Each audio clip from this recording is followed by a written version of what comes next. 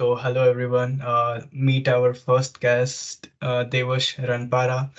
He is currently working as a software developer at Snappy, and the unique point about Devarsh is that he has already applied for his PR within 1 year of coming to Canada. So, hi Devarsh.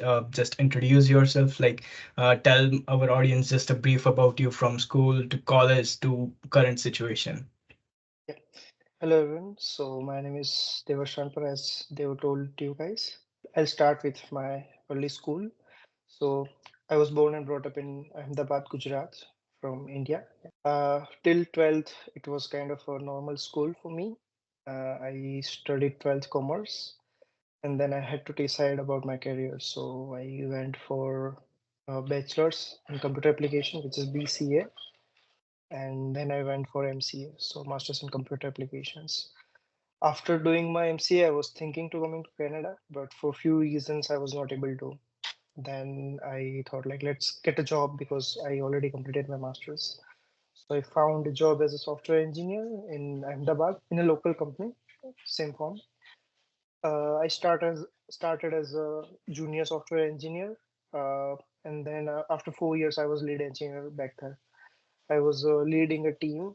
It was a good experience, but then I thought like it's my ceiling in Ahmedabad. I have to move because it was the highest engineering authority I have in that company for that department. So I was thinking few things. After 3 years, I started to think what should I do next. So then I thought like I can either go to Canada or I can go to Bangalore or Pune. So I thought like if even if I go to Bangalore, I have to move from there some at some point of time. So why not Canada? So I came to Canada, but like as I told you, like I have this experience, this degree. I am like 27 years old, and it's bit tricky to get PR here in Canada after certain age to in express entry because if you know you get like your points start decrease like after a few times. So I was like thinking, should I go there or not? So I must have a backup plan. So anyways, I came here with a plan. I studied for 1 year and I got a job here in Canada as a software developer, fortunately. And then after 3 months of my job, I was eligible for my PR. I got nomination from Ontario and I submitted my file. So yeah, that's about me. Wow. So, I'm just curious about one thing. So, what is the salary range of a software engineer in India who is working in like not in Bangalore or Mhm. Pune or somewhere like working uh, in cities like Vadodara, Ahmedabad, or any local Mhm. cities? Yeah. So in India, the starting salary is $20,000, which is around $300 of Canada, 20,000 rupees per month, which is around $300 in Canada. It's starting range if you are in a good company, and then you can go as high as 1 lakh per month. But it's a saturation point. Like after 1 lakh, it's really hard to go from 1 lakh to 1.5 or 2 lakh per month. 1 lakh per month is around $1,500 Canadian. So even in like remote, like remote towns like Ahmedabad, Baroda, it is possible to reach that height, but it would be difficult for anyone. Like not difficult, but it would be a long-term process to reach that height. So yeah, so that's what you said that if you want growth, either you move to Bangalore, but if you anyways are moving somewhere, so why not out of the country and experience gain that experience, right? So the moment you decided to move out of the country, so didn't you have that thing that there are people who just apply for PR directly from India, so didn't you have that plan, or you were like, or you just wanted to study here and then follow that procedure? Yeah, so I thought of that, like getting a direct PR. Almost had all the foundation for that. I had a master's degree. I had a good English because I worked for 4 years and mostly it involved communicating with clients. So my English was pretty good. But the thing was, Corona hit, like COVID hit, and as we all know, CRS at that time was about 480, and if I would like continuing my experience with my master's degree and 8,777 in IELTS, I would easily get my PR. But I started to notice that Canada is rethinking about their immigration policies. So I had to think something else. I had to have a backup plan if I wanted to move to Canada, or else I have to move anywhere else. So I tried. Unfortunately, I didn't get my 8,777 in IELTS. That was the first thing. Second thing was uh, I thought like even if I hit 8,777, my score would be 470 something, and I had like no other way to increase that score. I was like checking like from 480 the score would be like only decreasing if I stay in India because I didn't had a Canadian experience, didn't had a Canadian education. So uh, I thought like I have still some window to go there and study and gain some points. And with 1 year study, I'm getting 1 year work permit. So if I use that window, it would be really good for me to increase my chances of PR. So I went with plan B, which was Mhm. like having a study visa. In study visa as well, I was thinking 1 year course or 2 year course. Initially, I was leaned towards 2 years course because as you are from that region from I'm coming, you know, like we rely on agents or we rely on lawyers for education or going to Canada. I was one of them. So I asked them like, what should I do? And he was like, you should go for 2 years course because they got commission from that fee. So I was thinking of that, and then I have a habit of reconsider everything from my point of view. So I research by myself and get to know like I can have 1+1, and with that even I can get 3 years of work permit. So like I reconsider everything then. Like I will just stop thinking about 2 years course and started thinking about 1 year course because with 1 year course I can have a flexibility of choosing a second course. Okay, So so yeah. That sounds good. So you, as you said initially, you had that 1+1 option. So when you were in India choosing this 1 year course, did you have at the back of your mind that that you might skip the second course and might try for a job first, or you just had this plan that okay, I'll take 1 year course and I'll study for 1 more year? So my initial plan was like getting a PR after right after my 1 year course. So I was thinking of that. The reason was I don't want to spend 1 year studying and also like spending 12 lakh Indian rupees, which is around $20,000 in Canadian. My initial plan was trying my best to get a job or at least to get a PNP so that I can get my PR within a year. So there are some videos, very few on internet you can get to know like how there are some people who got 1 year course in PR. So I checked out all of those videos, and some of them were misleading. Like there was one video specific I get to know like one person just graduated, got a job, and applied his work permit after 3 months. But it's not the case. You cannot work while you are interim or like your study is completed and you haven't applied your work permit. You can't work in that period. That's Right. not legal. So I like did my own research and get to know this is misleading. So I had to have either PNP or I had to have a job before skipping the second course. Right. So what I did was like I just got 1 year course, my GIC, and came to Canada.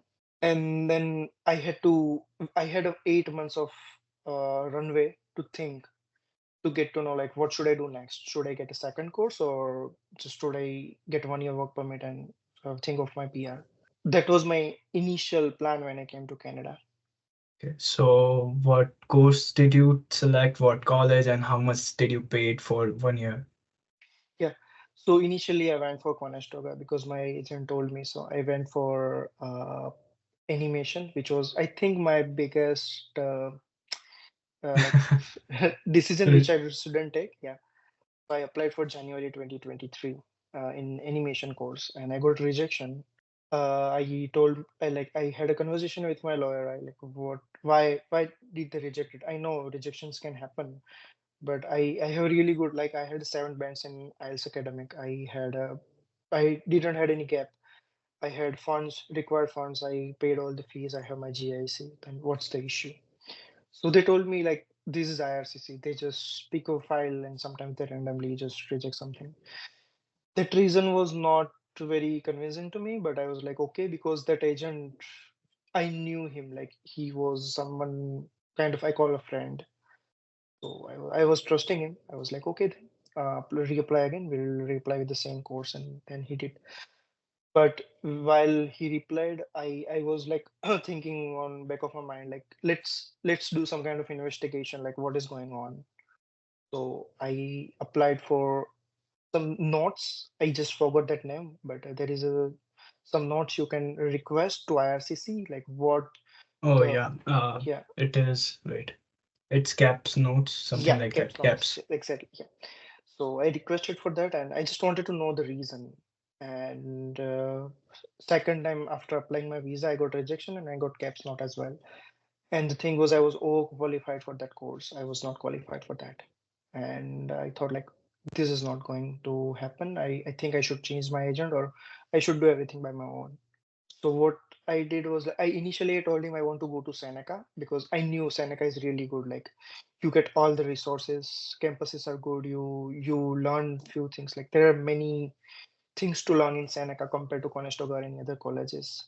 So I was leaned toward Seneca initially, but my agent told me you can't get admission there. It's a really reputed college. I was like, okay. But as soon as I got my second rejection, I was I was thinking like, what should I do next? And I applied in Seneca by myself for September 2023. So once I got my admission, I requested Conestoga to pay my fee back and got my funds. I paid to Seneca and I was ready to file my visa again. There was one person who would write SOPs for you because I don't know how to write SOP. So I asked for their help. I paid too much money for that. It was $25,000 just for SOP. Oh man, really? Yeah, but I was like, I'm gonna submit my file by my own. I won't not gonna give my future to anyone to handle. I submitted my file and I got approval within 14 days. Wonderful. So yeah, so then I just applied within a March. So eh, starting of April, I had my visa, and I was like, oh, I have 4 months. What should I like if I request Seneca to get me a new admission letter and I can just go there? So I was just thinking, I emailed them, and fortunately, someone just dropped off. So I got that seat. Wow. Yeah, so I had around 12 to 15 days to come to Canada. I had to wrap up everything. So I was working full time as a lead software engineer in a company, and I was managing few projects. I was doing all of this stuff, and they have really crisp deadline to finish everything. And then like I wrapped up everything and came to Canada in May 2023. And then I had to choose like now, okay, I came to Canada, but now what? Like how I'm gonna get a PR. So that was the thing. Yeah. Initially, you went for animation course, Yeah. and then you went to Seneca for IT project management. So for the animation, were you interested, or the agent insisted you to go for it? I was kind of interested. I had a very small portfolio. So when I was working with Flutter, Flutter had a really good one library. So we can create very wonderful animations. Like in Android, there is a Lottie animation, something like that. So I was lean toward that and I wanted to learn that more. I gave some session on that. I gave those session to IRCC as well. Like I'm more lean towards this. But unfortunately, I didn't get it. Also, like my agent insisted that, but I was like, I wanted to do that. Like it was kind of a thing I would say I wanted to go into like explore the animation. But unfortunately, I didn't get the visa for that. So Okay, nice. So then, yeah. So IT project management might be a proper succession of your career, whichever you had, yeah. right? So the thing is like IRCC thought this person is master's degree and he's gonna do animations and then start a career from scratch. This doesn't seem right. Even if I am officer who is gonna grant a visa, I would reject my file. So that was the thing. But the IT project management, it's like it's obvious thing. You have 4 years of experience in IT industry. You wanted to be a project manager after 4 years. So that was the thing, and I thought by myself, like, this is the correct thing to do, even if I wanted to learn animations. If I wanted to go to Canada, I had to go with IT project management. But the thing was, I was getting admission in Seneca, so I was like happy with that. About the course, I knew what to expect because I know I have practiced Agile for a long time. I know how everything works. I know how projects are being defined, how everything is being scoped, how everything works from end to end. So for me, it was quite easy, I would say, that course. But even like I'm very happy to go with IT project management as well in Seneca.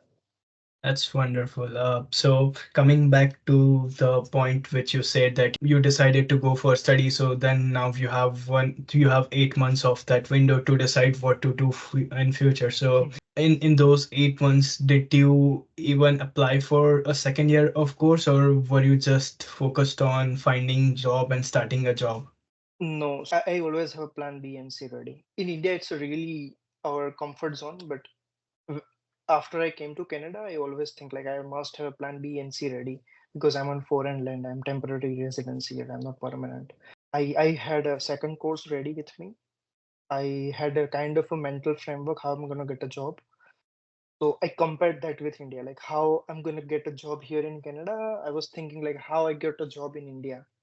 Like I had 4 years of experience. I knew everyone there. Like in Ahmedabad is like a really small developers community, I would say. So if you are in that group, if I want to switch, I can just like drop a message to CEO or city of any company. Or I knew like almost all the big companies like Simform, Vacancy. There are like many huge companies. I knew everyone there, and I can just email someone to get a job there. But I knew like that is the network effect. Like if I'm in network, I'll get job easily. So I came to Canada. First, for around 2 or 3 months, I started finding a job in IT. So I was applying for a job. I was looking for to build a network, but unfortunately, Canada is really different market compared to India. Like in India, if you go to any city, like there will be many IT companies because they're outsourcing to here, like Canada or USA. But I would say that Canadian economy is not very leaned or focused towards IT. They have huge industries compared to India. I see banking here too much. I can see there are like RBC, Scotia Bank. These are like really huge companies, but there are other NBFCs as well. There are other banking firms. There are other financial firms who are really huge. Construction is booming here in Canada. Agriculture is very like somewhat, but not much. Then mining is here. So I see these are the industries here in Canada, but IT is not like very mainstream, I would say. So it was kind of a setback for me, but I had to build a network to get a job. That was Right. the first thing. So yeah, for 2 3 months, I tried to apply it everywhere. I tried to assess what I can get. I was thinking, okay, what is the market? Uh, I had my kind of a back research, like how jobs are being created. It's like if someone starts up something, like if someone starts a business, they'll create a job, or if some huge company is starting a new project, they'll hire someone. Apart from that, if someone is like giving away their job or like switching or something like that, then jobs are being switched. But it's like very rare scenario because here in Canada, everything is a saturation point. Like if you're in field job, you want thing to switch if you have some issues. So it's like everything is settled down here in Canada, and there are no more jobs are being created for people like us Right. and people who already are in group or who already are born and raised here. They have their group, they know everyone.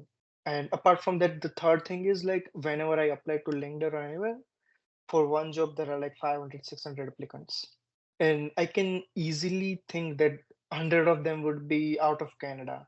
People think, okay, I'll apply to this company, and if I get a job, they'll sponsor my visa. But that, it does not work like that. But still, people applies. So it's kind Yes. of a Right. flooding for just one job.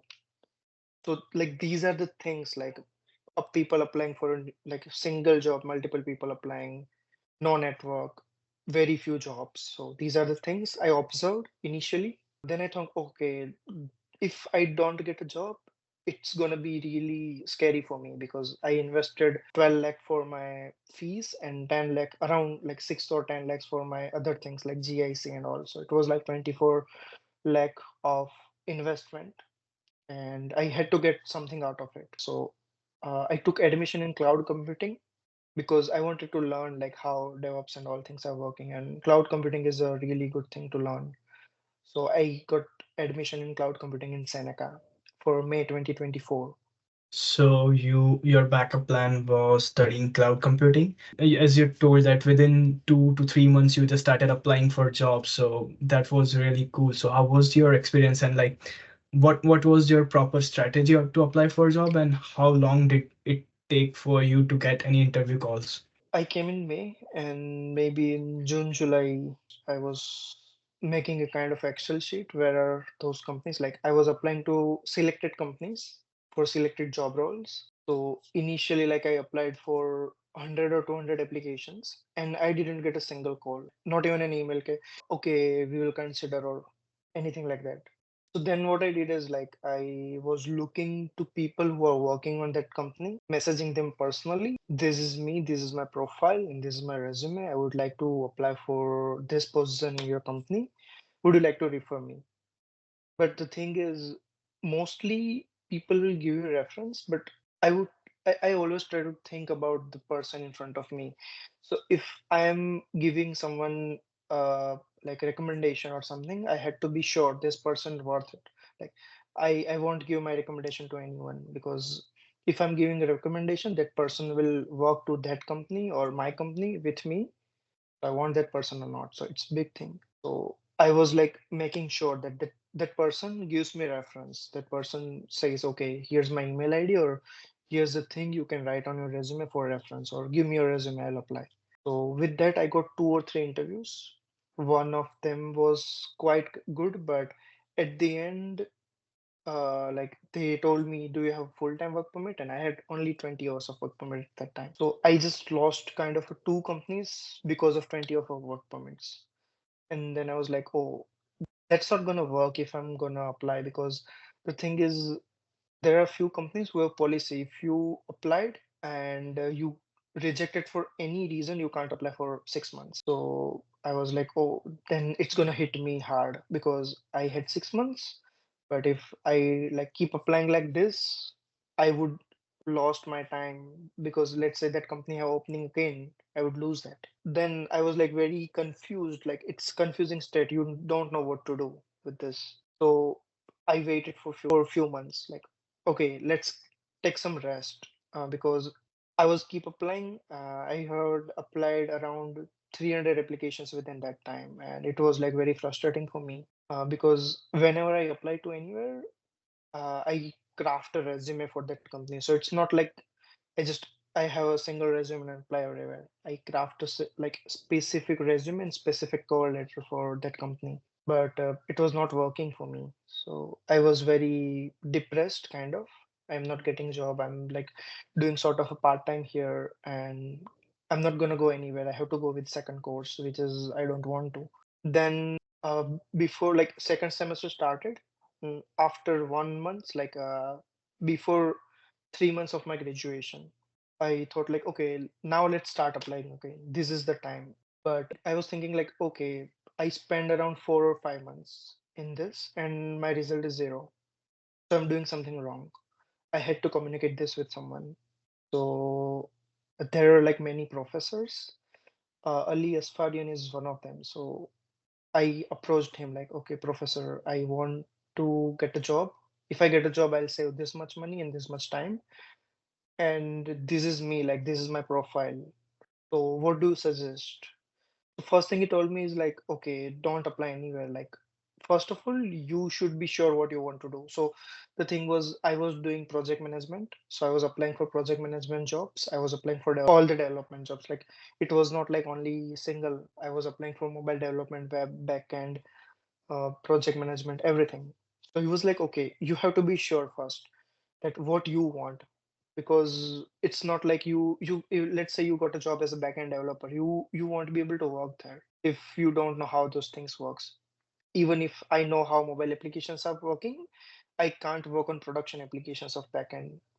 He told me that I'm desperate to get a job, but this is not the right way. You have to be sure where you want to go. Then I was like, okay, let's say if I wanted to go to project management, because there is a certificate PMP, and I was getting that certificate requirement in each and every job. So I asked him like, okay, what if I get a PMP? And PMP is like very costly. It cost around $500 for one exam. So he was like, it's a really hard exam. PMP is for like experienced developers, and any certification does not guarantee your job.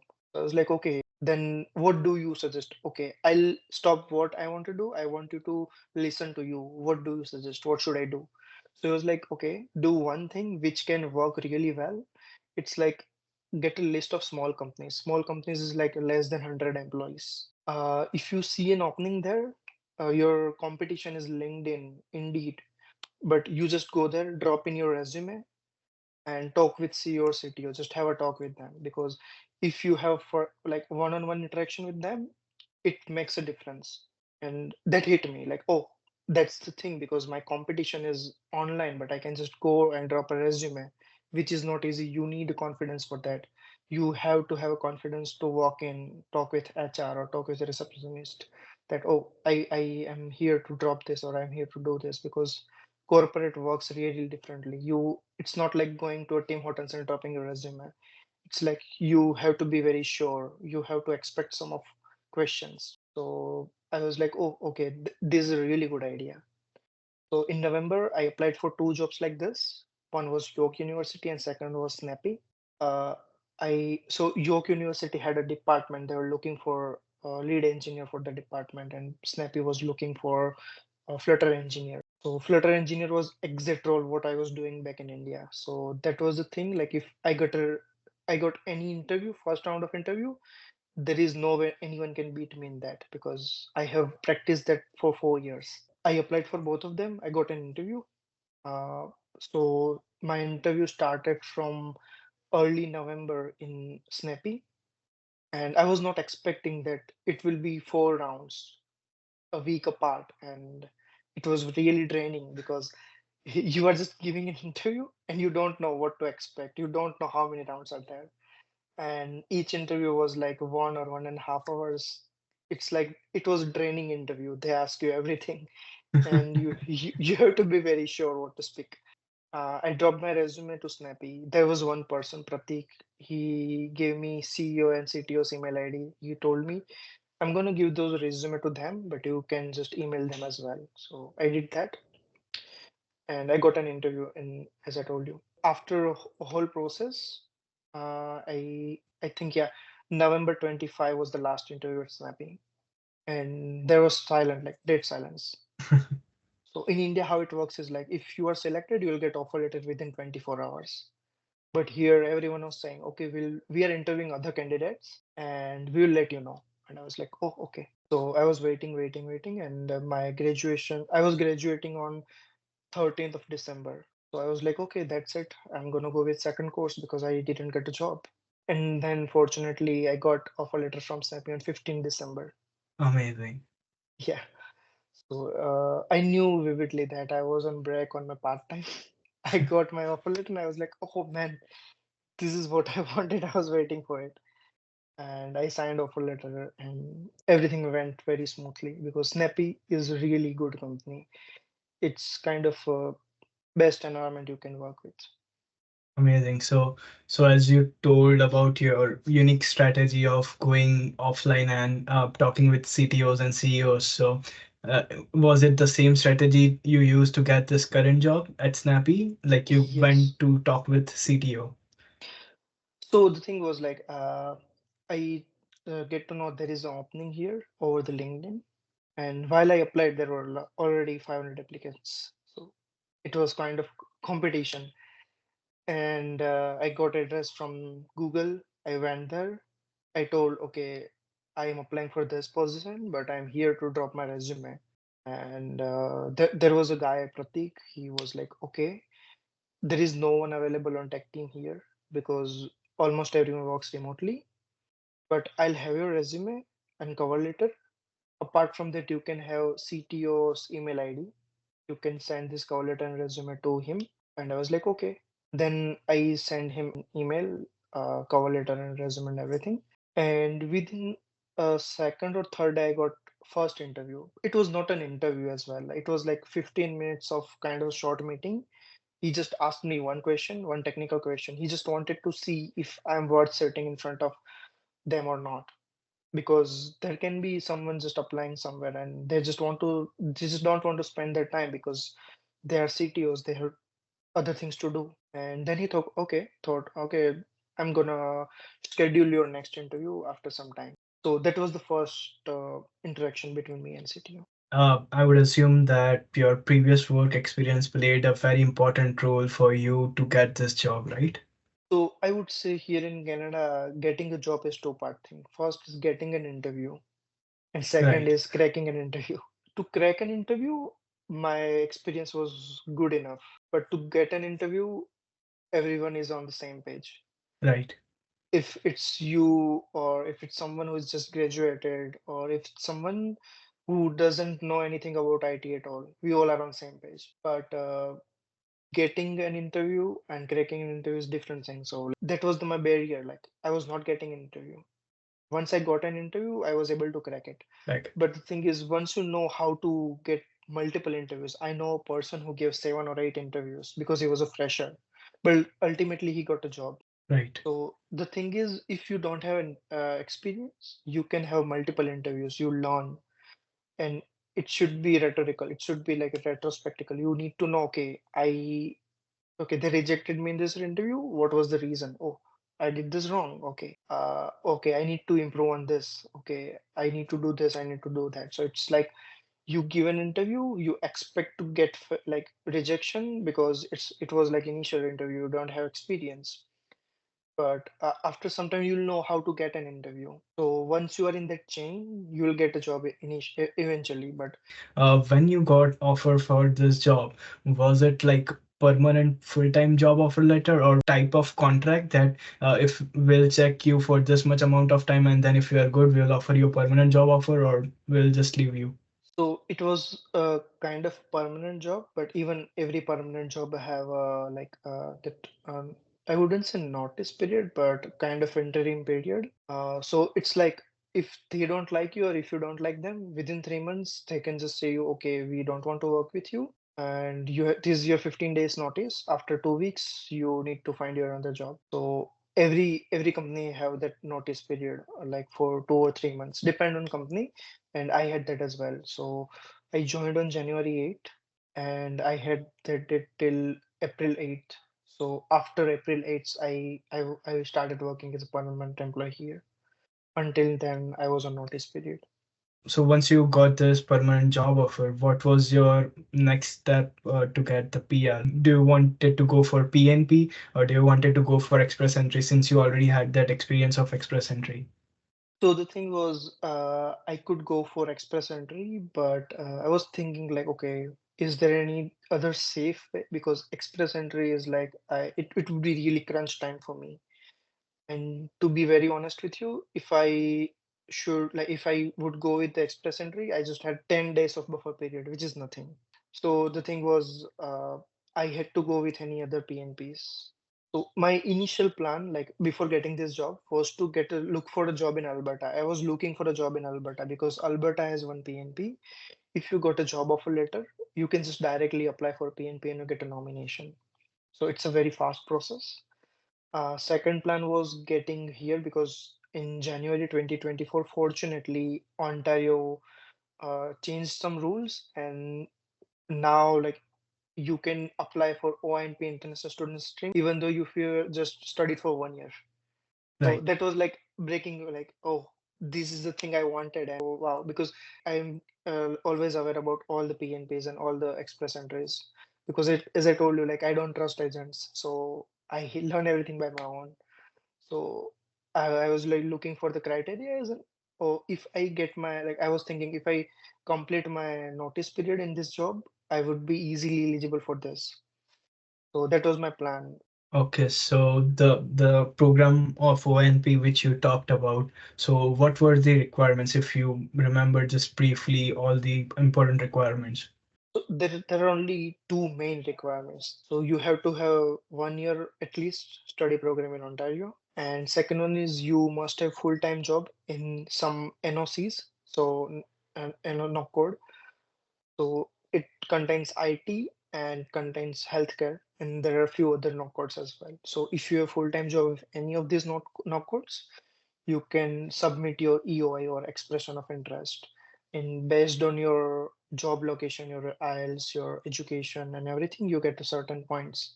And there are like draws few months apart. If you score more than cutoff, you will get an invitation. You just have to submit your file. Okay, So that's the so thing. for this program, let's say I take scenario of myself. So I have 3 years of program. Let's say I'm graduating in August. So if I get a permanent full-time job offer, and once I complete my 3 months of that period, after collecting some of the documents, at least I would be eligible to calculate my points, right? Yeah. Like I'm sure there might be point system still I need to crack, because uh, I'm very sure that for having an office in Toronto, having a college in Toronto would definitely lose my points, right? So there are like those are the things based on location as well. You get some gain or lose some points.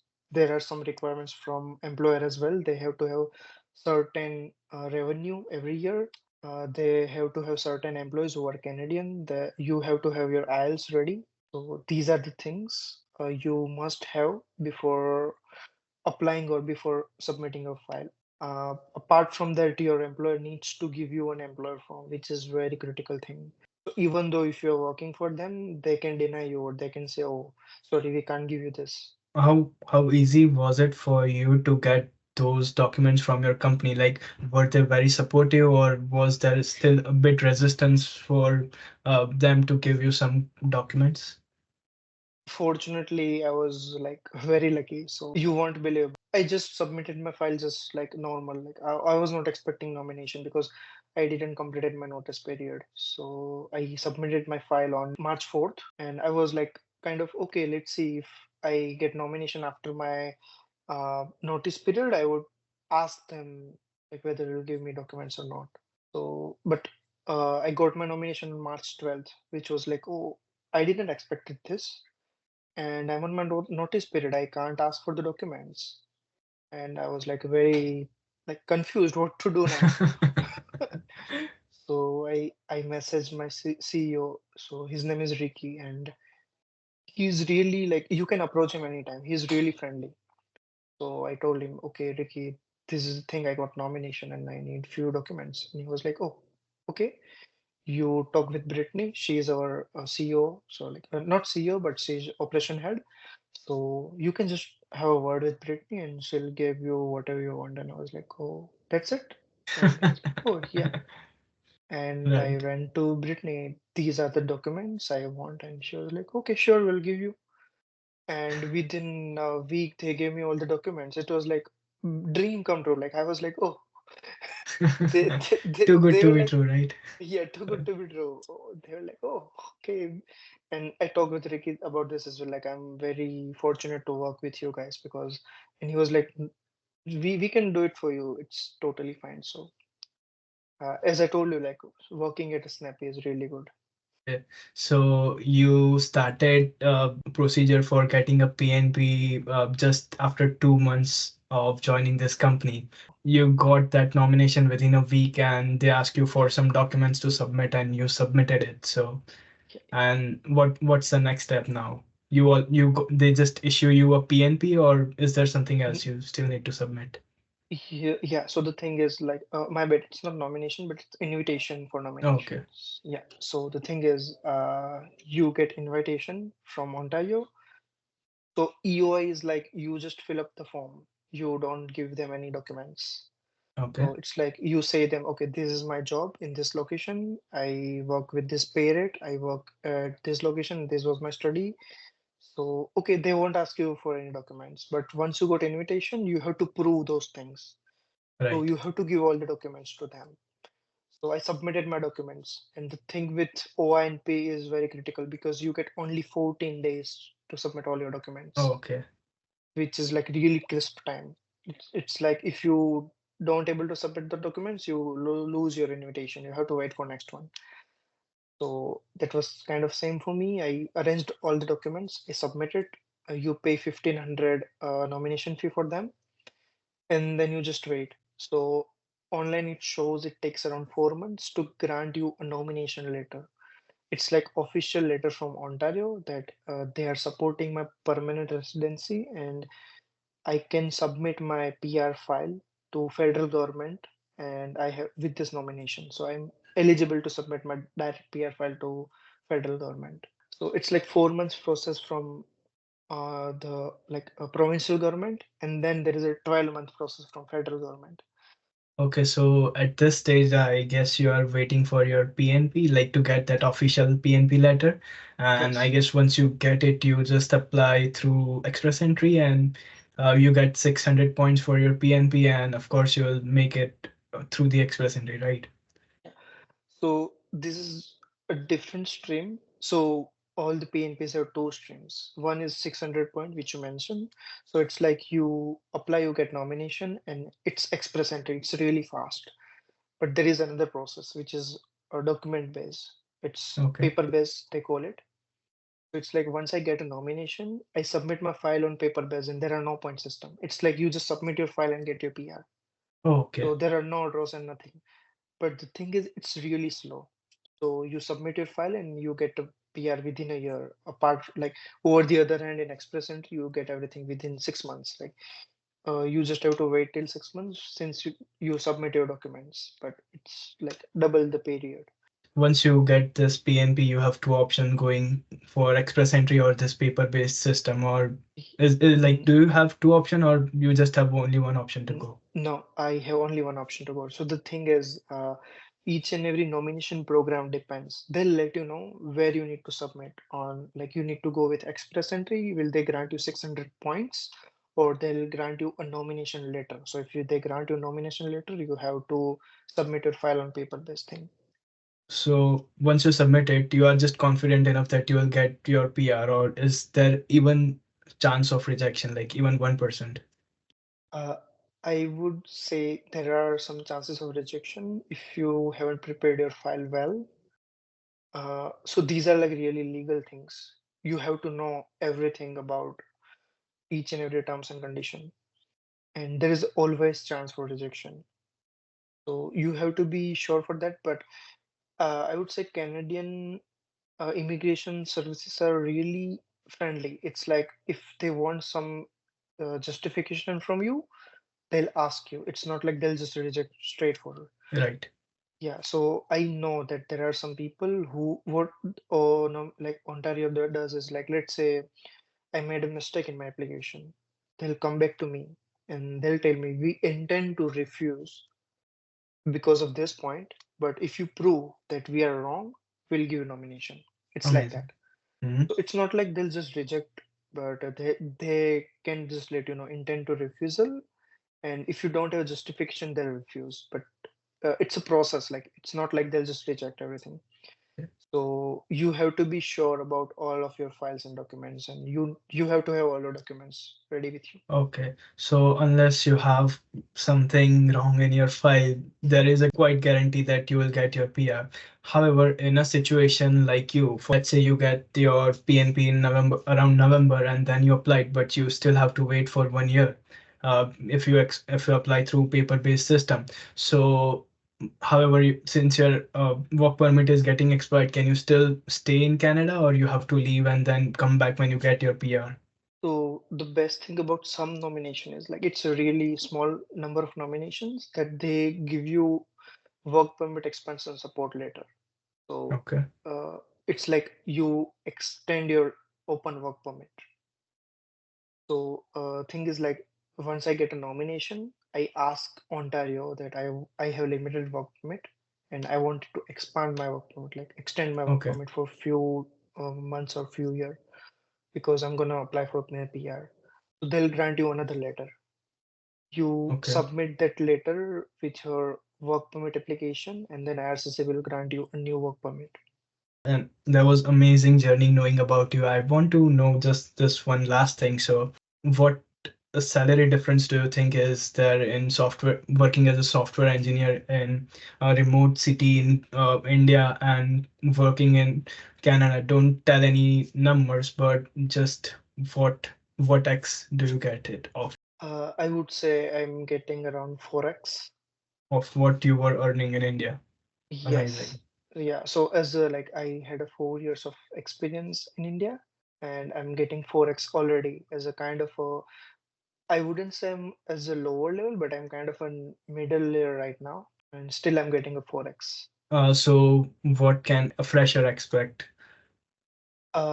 If you are a fresher, you should be expecting around 40 to $45,000, starting with Hmm. that. Right?